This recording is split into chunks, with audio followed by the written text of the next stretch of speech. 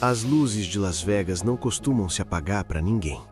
Mas existe um homem para quem a cidade inteira decidiu fechar os olhos. Ele entrou nos cassinos como qualquer outro jogador, fichas na mão, passos calmos, e saiu marcado como alguém que venceu demais, rápido demais, vezes demais, até transformar lucro em ameaça. Ser banido de um cassino já é raro, mas ser barrado de todos é quase uma lenda sussurrada nos corredores. O que ele fez não envolveu trapaça evidente, apenas escolhas calculadas que empurraram o sistema até o ponto em que a única saída foi expulsá-lo do jogo. Curiosofobia.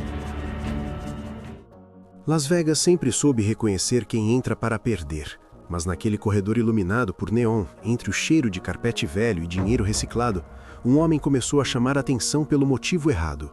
Ele não parecia nervoso, não bebia demais, não comemorava. Sentava, observava, apostava e levantava como quem já sabia o final da história antes da primeira carta virar.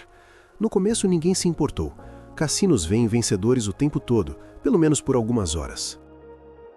O problema começou quando as vitórias não pararam. Mesa após mesa, noite após noite, o mesmo padrão silencioso, quase educado, deixando fichas acumuladas onde antes só havia perdas previstas. Las Vegas é construída sobre estatísticas. Cada luz, cada música e cada mesa existe porque, no longo prazo, a casa sempre vence. Quando alguém começa a quebrar esse ritmo, não com sorte explosiva, mas com consistência fria, os sistemas internos despertam. Não é alarme visível, é uma mudança de olhar. Um dealer que demora meio segundo a mais. Um segurança que surge do nada e finge não estar observando. Ele não trapaceava no sentido clássico. Não tocava nas cartas, não manipulava roletas, não escondia dispositivos. Usava o próprio cassino contra si mesmo. Regras abertas, falhas humanas, limites mal definidos. Apostava alto quando o risco estava calculado, recuava quando a vantagem desaparecia. Em algumas mesas, recusava bebidas. Em outras, pedia troco exato. Tudo parecia banal, mas junto formava algo incômodo. Um homem jogando como se o cassino fosse apenas um cenário, não um predador. Funcionários começam a comentar em voz baixa. Ele voltou. Está naquela mesa. Não como aviso oficial, mas como intuição coletiva. Cassinos são máquinas sociais, e quando alguém começa a ganhar demais, a engrenagem sente. O curioso é que, naquele estágio, ninguém ainda pensava em expulsão. Pensavam em entender. Quem é ele? O que faz? Por que nunca erra 2 vezes seguidas? Os primeiros limites surgiram disfarçados de cortesia. Apostas máximas reduzidas, mesas fechadas subitamente, jogos que encerraram por manutenção. Ele aceitava, mudava de andar, atravessava a rua, entrava no próximo cassino como se fosse parte do plano. Cada porta giratória era um novo capítulo. Cada vitória, um registro silencioso em sistemas que não falam entre si, mas aprendem rápido. O erro comum é achar que cassinos odeiam quem ganha. Não é verdade. Eles odeiam quem muda o jogo. Um ganhador impulsivo devolve tudo. Um estrategista disciplinado cria precedente. E precedentes são perigosos em uma cidade que vive de controle. Com o tempo, a atmosfera mudou. Ele passou a ser recebido por sorrisos tensos, pedidos de identificação repetidos, conversas interrompidas quando se aproximava. Ainda assim, continuava. Não por desafio explícito, mas por método, como se quisesse provar algo invisível. Em certos momentos, parecia até provocar, perguntando regras, pedindo confirmações em voz alta, criando registros que o protegiam. Cada resposta era uma arma futura.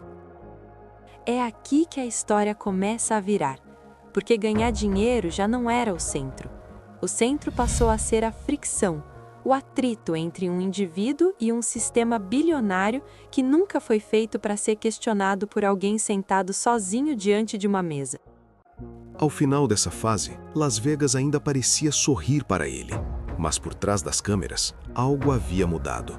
Fotos circulavam, anotações cresciam, E sem que ele soubesse, a cidade começava a decidir se aquele homem ainda era um jogador ou um problema que precisava desaparecer. Depois de ver como ganhar demais transformou um jogador comum em um problema para os cassinos de Las Vegas, quero saber o que você está achando dessa história até aqui.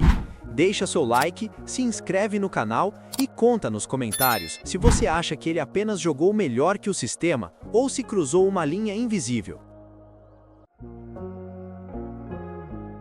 A partir do momento em que o nome dele começou a circular fora das mesas, Las Vegas deixou de ser um tabuleiro neutro.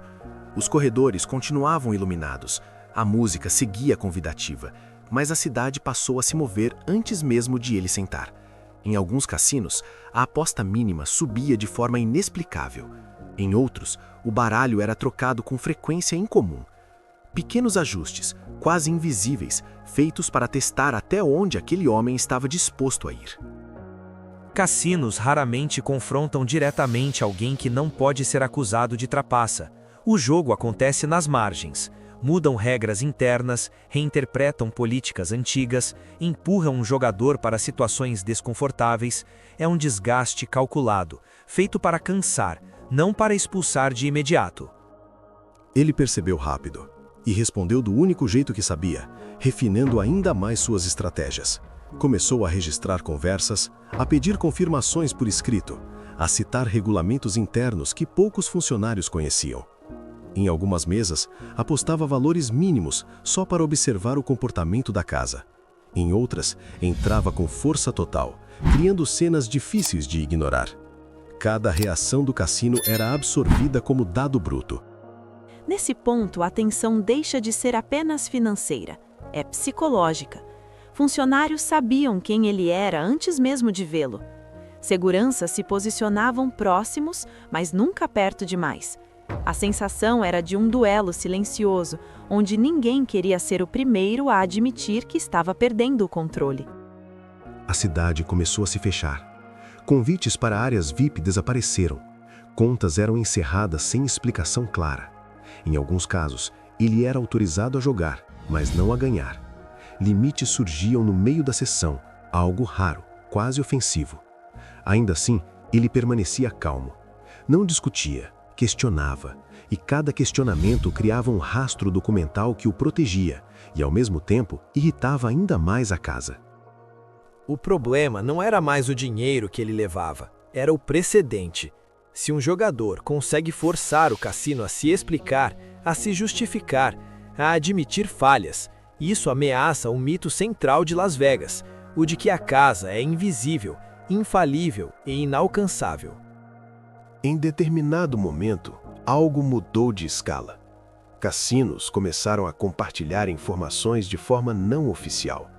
Rostos reconhecidos, padrões de comportamento descritos, relatos de confrontos educados, porém firmes.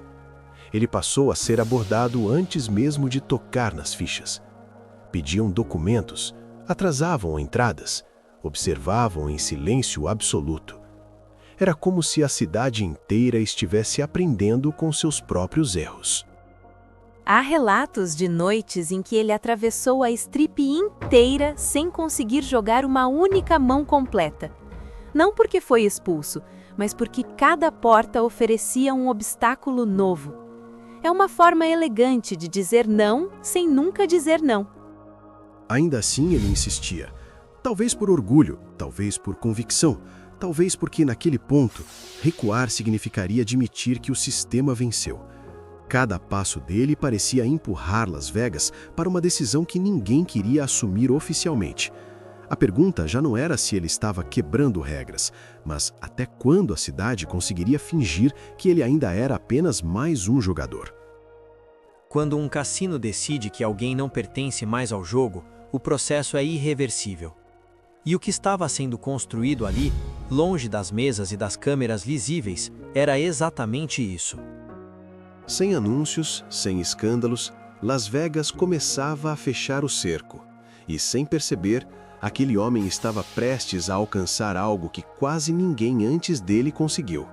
Transformar a cidade do jogo em um espaço onde ele já não era mais bem-vindo. Agora que as estratégias no limite começaram a virar a cidade inteira contra ele, me diz aqui embaixo o que você faria no lugar desse jogador. Aproveita para deixar seu like, se inscrever no canal e ativar o sininho para não perder os próximos capítulos dessa história que Las Vegas preferia esquecer. O fim não chegou com aplausos nem com uma grande discussão na mesa. Chegou em silêncio, do jeito que Las Vegas prefere resolver seus problemas. Uma abordagem educada, um sorriso profissional, um pedido para acompanhá-los até uma sala discreta, longe das luzes e dos curiosos. Não houve acusação formal, apenas a comunicação de que aquele cassino e todos os outros ligados a ele haviam decidido exercer um direito antigo, o de recusar serviço. Naquele instante, a cidade do jogo fechava suas portas para um único homem. O chamado banimento em cadeia não costuma ser anunciado. Ele se espalha rápido, quase como um boato institucional. Quando um grande cassino toma a decisão, os outros observam, analisam o risco e muitas vezes seguem o mesmo caminho. É uma forma de autoproteção coletiva. Nos dias seguintes, ele tentou provar que aquilo era apenas um exagero momentâneo. Entrou em outros cassinos, mudou rotinas, variou horários. Em alguns, foi barrado na entrada. Em outros, deixaram que desse poucos passos antes de interrompê-lo. A justificativa era sempre vaga, polida, irrefutável. Não havia mais mesas, cartas ou fichas para ele em Las Vegas. Só corredores longos e olhares atentos. É nesse ponto que a Vitória se revela estranha. Ele nunca foi pego trapaceando, nunca violou uma lei clara, mas venceu tantas vezes de formas tão consistentes que o sistema decidiu que era melhor eliminá-lo do que enfrentá-lo. O dinheiro que ele ganhou permaneceu com ele. Nenhuma aposta foi anulada, nenhuma vitória contestada judicialmente. Ainda assim, algo essencial havia sido retirado: o acesso, a possibilidade de continuar jogando no maior palco do mundo. Para alguém que transformou o jogo em método, desafio e identidade, aquilo foi um corte profundo. Existem jogadores que perdem tudo tentando vencer o cassino. E existem raríssimos casos de jogadores que vencem tanto que perdem o direito de jogar. São histórias que quase nunca são contadas porque quebram a lógica que mantém Las Vegas funcionando. Com o tempo, o nome dele virou referência em fóruns fechados, conversas de bastidores e treinamentos internos. Um exemplo do que acontece quando alguém entende demais o jogo e se recusa a sair quando a casa espera. Não como herói, nem como vilão, mas como um alerta silencioso. A cidade continuou brilhando. As mesas seguiram cheias, turistas continuaram chegando, mas para ele, Las Vegas se transformou em uma vitrine inacessível, um lugar onde tudo ainda estava lá, menos o convite implícito para jogar. Hoje, a história dele sobrevive mais como lenda do que como registro oficial. Um homem que não quebrou regras, mas forçou limites. Que não enganou o sistema, mas o expôs. E que, ao final, descobriu que ganhar demais em Las Vegas pode custar mais caro do que perder tudo. Porque quando a cidade decide que você venceu além do permitido, a recompensa não é um prêmio maior, é o silêncio das portas fechando atrás de você. No fim, Las Vegas continuou brilhando, as luzes seguiram acesas e os cassinos mantiveram suas portas abertas. Mas em algum lugar dessa cidade ficou o rastro silencioso de um jogador que venceu demais e pagou o preço mais alto possível.